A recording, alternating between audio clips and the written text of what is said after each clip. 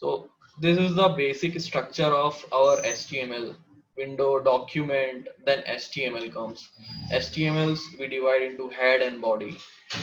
Head is having title, style formats. Body is having headers and scripts. And data is also here in the body.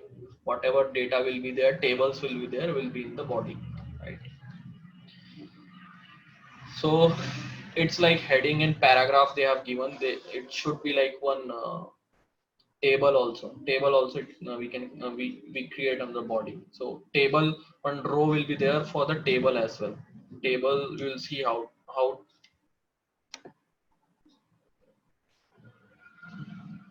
Yeah, this one you want to see.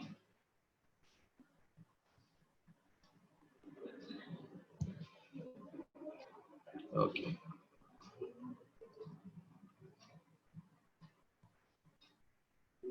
okay. So text is your data which we are interested into. Okay, this text, whatever it's written, right, we want to pull these data and we want to extract these text out of these body, header, paragraph, or if it is a table, we will go in per table row, we will go and find these text and we will extract these data. Okay, so HTML is document, start with the heading document HTML. This is the heading of a HTML file. Then there will be a heading of the page from where the coding is started and where it is ending. Main comes in the body. Under body they have created header. Header is like having the important headings of the website. The website is metadata, what we can say, like the purpose of this website, what is this website is for. And under that paragraph is like a body, whatever you want to show over the over the web page, you can write in that uh, key brackets. Okay, this is like document declaration, and this is the way we give headings. Okay, HTML headings are defined with h1 to h6. You can give 6 headings in this. uh, this is like paragraphs. Whatever you will be giving in between these pieces will be displayed over your page, web page. A is for the link. Suppose you want on your website, you want to give some hyperlink, so you have to give it under A bracket. A, href, then https link of that website, and you can write it down here. What is this link for? When you will press it, and you will be redirected to next page. Okay. Here comes the table. Sorry.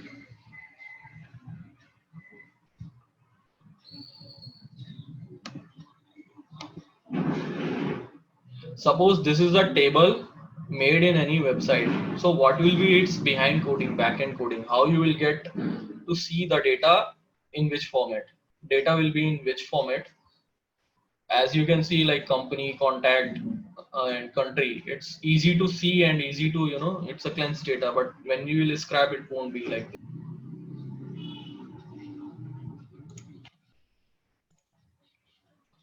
Okay. So in between that, these table tags, uh, you can give your table name, and if trtd you will give that this is tr for table rows, and td where you can give your table data. Okay, in one row how many table data you want to give. This is table header. If you can give some designs or some fonts for that table header, it will create. This is something what it looks like. Table, in between these table means from if you want, we want to make this entire table, we within that those table braces, we should write all these codings. Table, this is table row, this is table row, and within td you will get table data for this, and you can do designings as well. Okay, so this is the back end coding of this. in one table, in one row, first name, last name, age, and then row is closed. So what you will get in first row, 3 entries are there, first rows, and they have given table headers for first name, last name, and age. This is the different coding, but still you can relate this. Whatever you want to write there, it will be reflected in this. So this is like basic concept of HTML. This is the table.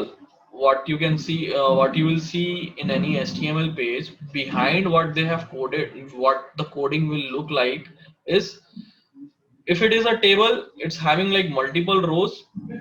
One name of the table will be given, one ID of the table will be given. That's a separate thing. That's for designing and very just for IDs for the suppose multiple tables are there in that page. They will give ID. ID of the table will be unique.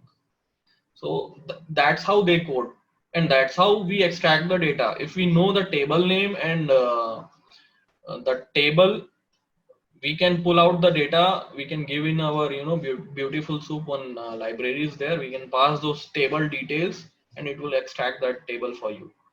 So that is what we will be doing. So this is the table uh, what they have created. In any HTML page you will get like this. So table will be defined under that. Table will be open and table will be closed like this. This is the one table, and in that one table, this is the table rows. For n number of rows, n number of tr will be there. This is one row, and that tr, what are your fields they have created. This is the structure of that table. Okay. So class attribute you will get tagged with your table. So what is that class means in that page? So class, if you are getting, means class is related to, you can extract the data by table and give the class name of the table. So you will get that data in your that specific table details you will get in your program. Rest will be filtered out. We will see this later. Just I'm telling you that these things are there in HTML basics. The HTML class attribute is used to specify a class on HTML element. Multiple HTML element can share the same class. We will see how they share. A class attribute is often used to point a class name. Suppose div they can use class like this. I will show you what the class means. Suppose this is for styling purpose. You want to style a particular area in your HTML page, so you have defined some styling sheet here. Under city, city is the class. Now that division you have given that city, and multiple, this is one element, this is second element, and this is third element. Multiple elements can use the same class. Okay, city they are using means, once I will change here design, entire these things will be changed.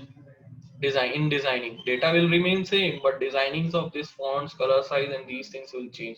For that they use class.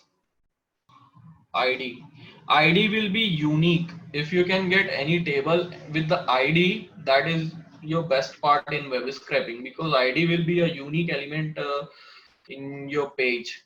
ID should be unique across the page. If you get like two tables and you want to extract the data from the upper table, not from the bottom lower one, what you can do, if ID is mentioned, get the data from that table and ID you can give in your code. So that data will be extracted from the upper table for you. Class could be the same. If you are lucky only one table is there, you can give class, that data you will get. So we will see these things when we will make a scrapper. These things will come. See, each element is having a unique ID here. They will not share it.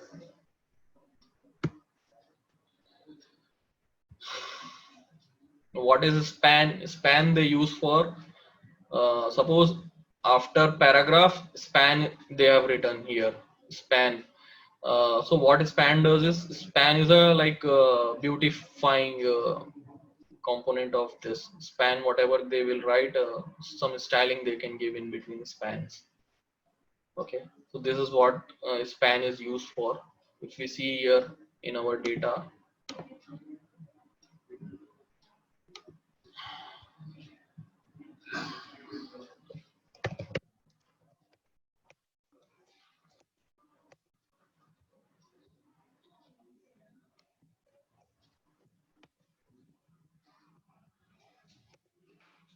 See, many tables are there. In this table, data will be there what we are interested in.